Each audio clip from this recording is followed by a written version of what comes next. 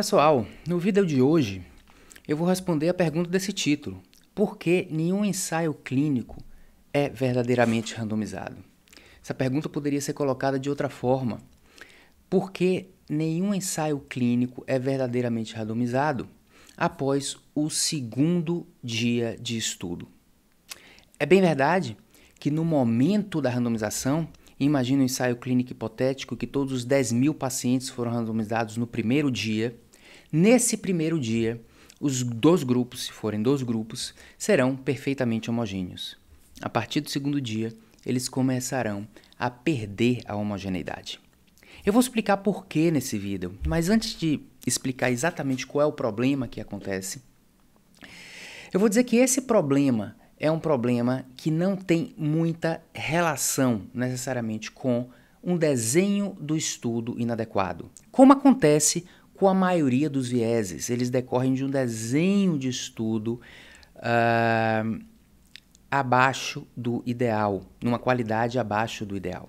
Esse problema que eu vou falar hoje, ele não tem a ver tanto com a qualidade. Você pode fazer um estudo perfeito, você pode ter um estudo grande, que 10.000 pacientes foram randomizados para dois grupos, mesmo assim haverá esse problema a partir do segundo dia. A outra questão é que quando esse problema acontece, ele se torna insolúvel. Você não tem como resolver com algum tipo de ajuste ou com algum tipo de estratégia metodológica de análise de dados. E que problema é esse? É o problema da perda de informação dos pacientes ao longo do segmento. Seja porque o desfecho não pôde ser medido, seja porque de fato o paciente perdeu o segmento. Ele deixou de ser seguido ao longo do tempo. Normalmente as pessoas pensam que a perda de segmento traz uma queda do poder estatístico. E normalmente isso parece ser selecionado com ajuste do tamanho amostral para perdas de segmento. Olha, se eu acho que vai haver 20% de perda de segmento, eu aumento o meu tamanho amostral em 20% e está tudo resolvido. Bem, isso estaria resolvido se o problema da perda do segmento fosse meramente aleatório. A questão é que a perda de segmento pode trazer não só erro aleatório, de diminuição de poder estatístico, como ela pode, e muitas vezes é provável, trazer erro sistemático. E eu vou explicar por quê. Imagine que você tem um segmento de longo prazo e você vai fazer uma análise de Kaplan-Meier, né? Essa análise resolve o problema do erro aleatório. No seguinte sentido, se o paciente ele não tem um acompanhamento total do estudo, o acompanhamento desejado, se um estudo de 5 anos, no segundo ano o paciente deixa de ser acompanhado, existe uma solução estatística para isso, que é considerar o peso desse paciente na análise apenas como um paciente de 2 pacientes ano, e não de 5 pacientes ano. Então você ajusta estatisticamente para a contribuição temporal que aquele paciente deu. E se você está comparando dois grupos, você vai ajustar nos dois grupos. Isso resolve erro aleatório. Mas essa técnica, que você ajusta para o tempo de acompanhamento, ela não resolve quando a perda de segmento não é aleatória. O ideal e a premissa de toda análise de sobrevida é que os pacientes que perdem segmentos são representados pelos pacientes que continuam no segmento. Essa premissa é de que a perda do segmento é meramente aleatória. Ou seja, o paciente que para de ser seguido é igual ao paciente que não para de ser seguido, que continua sendo acompanhado. No entanto, esse não é um processo de randomização.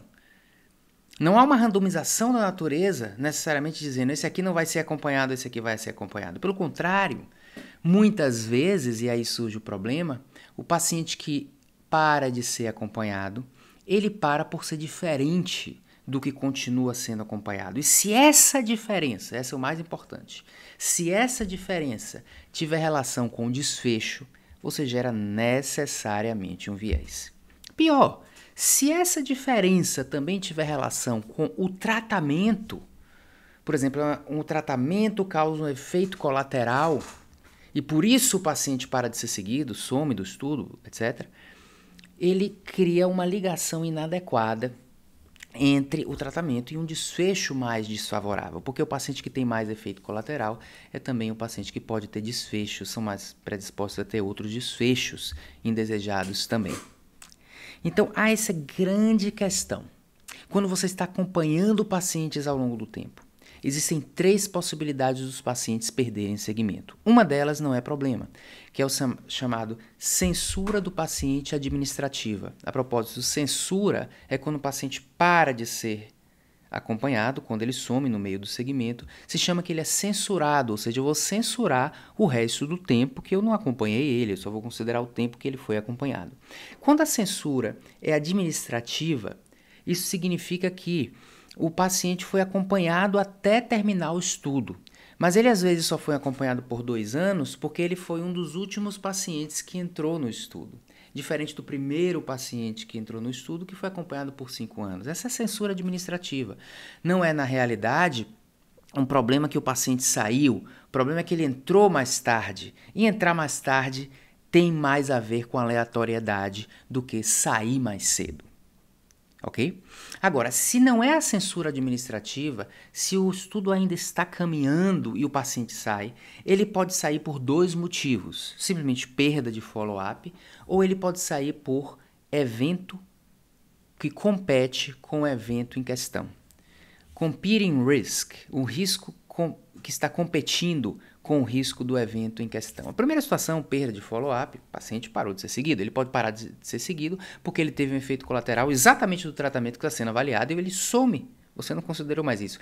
E ele pode parar de ser seguido porque a evolução dele não está favorável. Ele está caminhando para aquele desfecho exatamente pelo problema que o tratamento...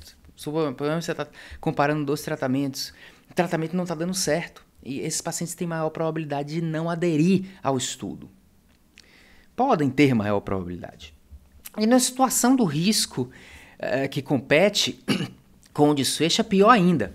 Esse exemplo que eu vou dar é clássico. Imagine que a gente tenha, eu estou avaliando, no estudo de coorte, não é nem no ensaio clínico, o impacto do tabagismo no câncer de pulmão e pacientes perdem segmento porque morreram de outra coisa. Ok, eles não vão contar como câncer de pulmão, mas eles podem ter morrido de quê? De infarto. Então é o próprio tabagismo que causa um infarto do miocárdio, que causa um problema de saúde. Então é a consequência da exposição desse tabagismo que está entrando aí como tratamento. No paciente, tira ele e ele agora não é mais avaliado em relação ao câncer que ele poderia vir a ter no futuro. Essa é exatamente a competição de risco. Então veja que tanto a perda de follow-up, como principalmente a competição de risco, faz com que aquele paciente que sumiu do estudo não seja igual ao que ficou. E isso gera um grande viés. E essa questão não é randômica.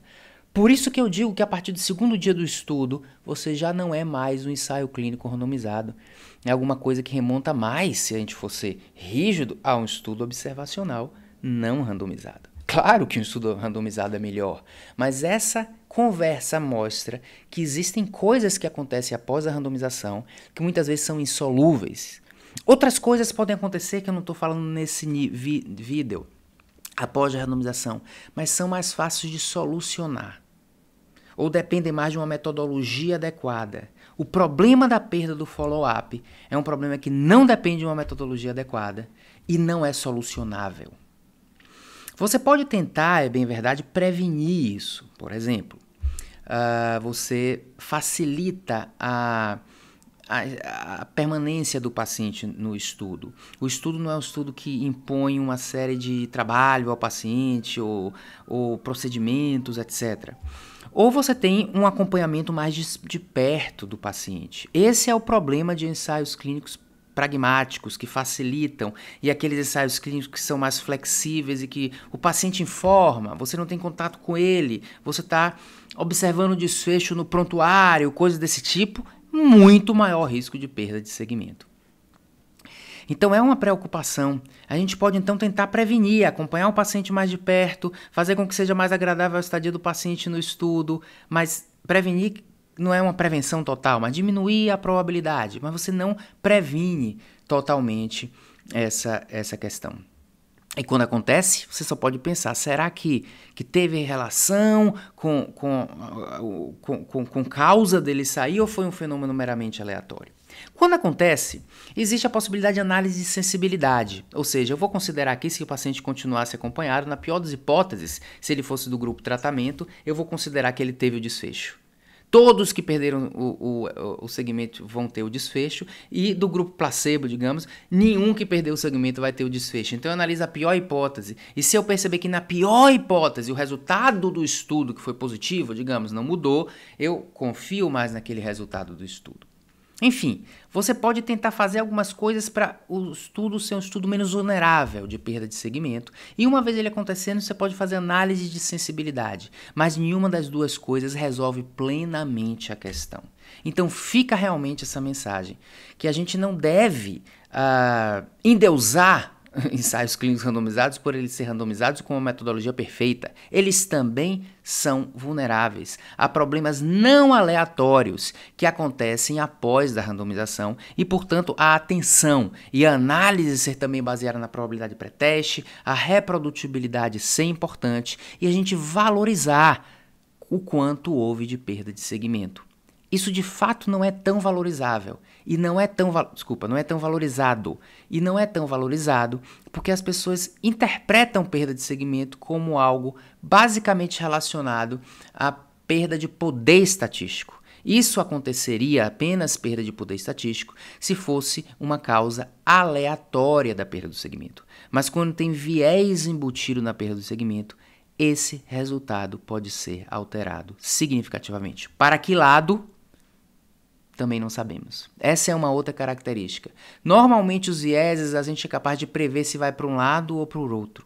Esse é mais difícil também de prever. Então veja como esse problema é grave e ele deve ser enfatizado cada vez mais no critical appraisal do ensaio clínico. Então randomizado, duplo cego, essas duas características que aparecem muitas vezes no título são muito importantes. Mas independente disso e também de um grande tamanho amostral, existem problemas que surgem após a randomização que fazem com que, de fato, nenhum ensaio clínico randomizado seja plenamente randomizado.